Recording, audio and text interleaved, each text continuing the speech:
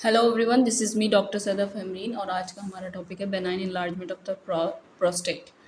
Non neoplastic tumour like enlargement of the prostate commonly known as, इससे क्या बोला जाता है, बेनाइन नोडुलर हाइपरप्लेजिया या फिर बेनाइन इन्लार्जमेंट ऑफ प्रोस्टेट या फिर बेनाइन प्रोस्टेट हाइपरप्लेजिया भी बोलते हैं। It is a very common condition in man and sometime considered as a normal ageing process.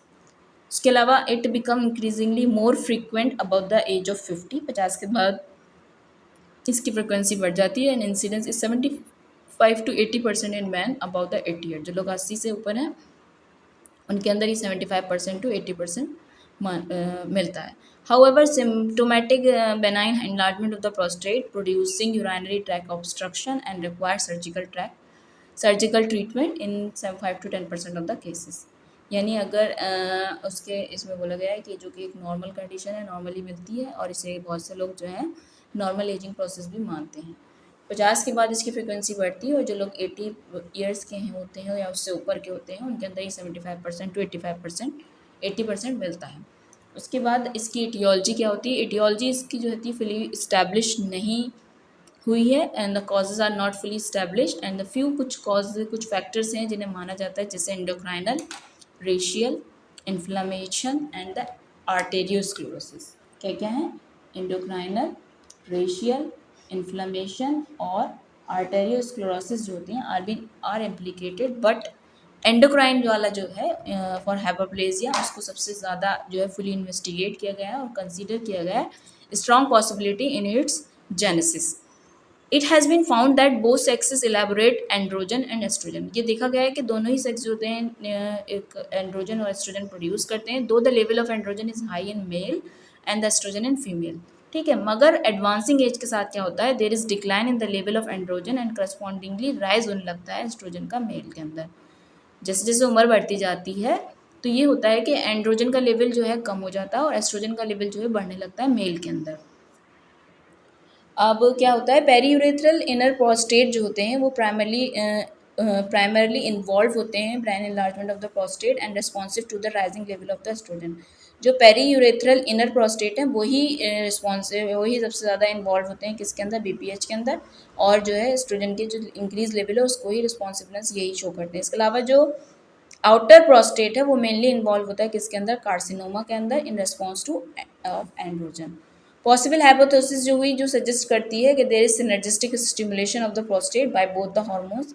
Oestrogen act करता है to synthesise the prostatic tissue और to the growth promoting effect of the dihydroxy testosterone drive from the plasma testosterone. ठीक है, BPH की वजह से जो secondary effect देखने को मिलते हैं, यूरेथ्रल के चेंजेस देखने को मिलते हैं। यूरेथ्रा जो होता है कंप्रेस्ड हो जाता है एंड कन्वर्ट हो जाता है इनटू नैरो लॉन्गिट्यूडनल स्लिट। ज़्यादातर जो होता है इफेक्ट देखने को मिलते हैं वो मीडियन लोब के इन्लार्जमेंट में देखने को मिलते हैं।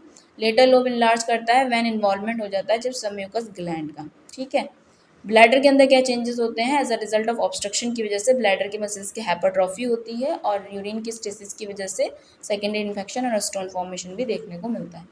यूरेटर और किडनी में क्या देखने को मिलता है, यूरेटर और किडनी के अंदर बायलेटरल हाइड्रोनेफ्रोसिस और bilateral hydroureter as a result of renal failure देखने को मिलता है।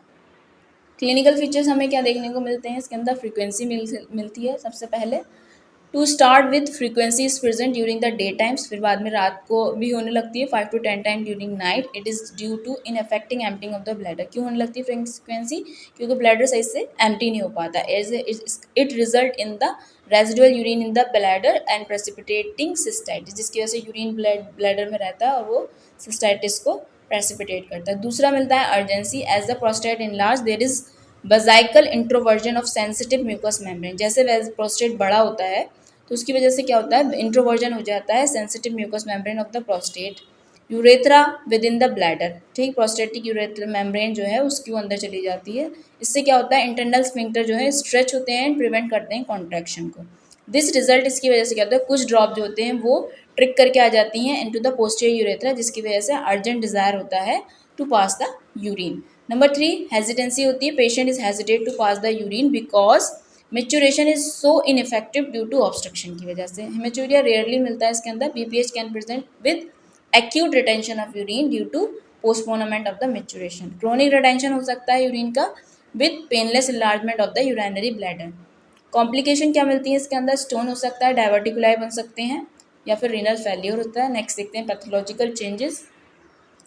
पैथोलॉजिकल चेंजेस क्रॉसली देखो तो प्रोस्टेट कैसे दिखते हैं, नोड्यूलर दिखते हैं, स्मूथ और फर्म। वेट इसका 2 से 4 गुना बढ़ जाता है नॉर्मल से, कितना हो जाता है 40 से 80 ग्राम हो जाता है। कट सेक्शन करोगे तो अपीयरेंस वेरी करती है, डिपेंड करती है upon weather hyperplasia is predominant of the granular या फिर फाइब्रोमस्कुलर टिश्यू।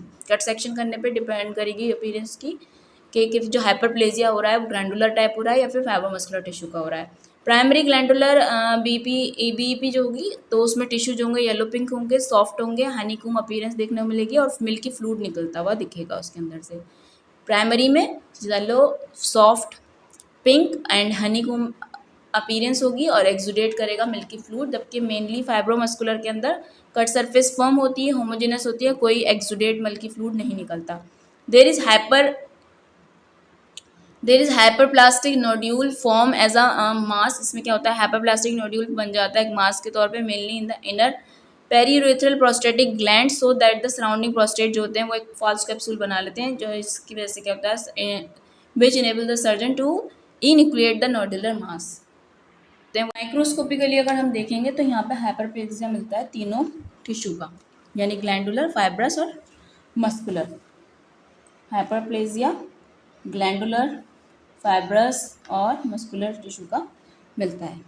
ग्लैंडुलर हाइपरप्लेजिया सबसे ज़्यादा मोस्ट कॉमनली केसेस के अंदर देखा जाता है, ठीक है। उसको कैसे आइडेंटिफाई किया जाता है, and it is identified by the exaggerated intraacinar papillary infolding with delicate fibrovascular cores, ठीक है। ये इसके अंदर करेक्टरिस्टिक फीचर मिलता है, intraacinar papillary infoldings with delicate fibrovascular cores, ठीक है। द लाइनिंग एपिथेलियम जो होता है उसकी 2 लेयर होती हैं, एक तो इनर टॉल कॉलमनार न्यूक्लियस होगा जो सिक्रीटरी होगा और विथ पुअर डिफेंस ऑर्डर होगा उसका, and outer cuboidal to flatten epithelium with basal nuclei.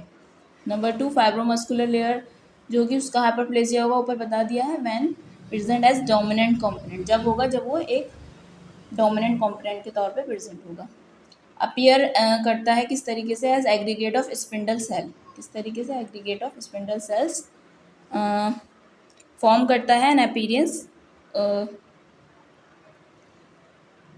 To fibroma of the uterus. इसकी जो अपीयरेंस होती है वो बिल्कुल यूट्रस के फाइब्रोमा जैसी होती है। तो आज हमने डिस्कस किया benign enlargement of the prostate, उसके बारे में हमने बात करी कि बेनाइन इनलार्जमेंट जो होता है प्रोस्टेट का उसे किस किस नामों से जाना जाता है, उसकी एटियोलॉजी बेसिकली हार्मोनल हमने बताया, हार्मोनल एडवांसिंग एज के साथ जो होता है एंड्रोजन और एस्ट्रोजन का प्रोडक्शन बढ़ता है। मेल के अंदर क्या होता है, एंड्रोजन कम हो जाता है, एस्ट्रोजन बढ़ जाता है, इसकी वजह से क्या होता है प्रोस्टेट इससे सेंसिटाइज हो जाते हैं, जिसकी वजह से उनका एनलार्जमेंट होता है। सेकेंडरी इफेक्ट क्या होते हैं वीपीएच के, क्लिनिकल फीचर्स क्या होते हैं वीपीएच में, और फिर हमने पढ़े पैथोलॉजिकल चेंजेस वीपीएच में क्या क्या देखने को मिलेंगे, ठीक है। आई होप आपको मेरा वीडियो पसंद आया होगा, अगर पसंद आया तो मेक श्योर इसको लाइक करें और अपने दोस्तों के साथ शेयर करें। फिर मिलते हैं आपसे नेक्स्ट वीडियो के अंदर, जब तक के लिए thank you so much for watching my video and supporting me, thank you so much.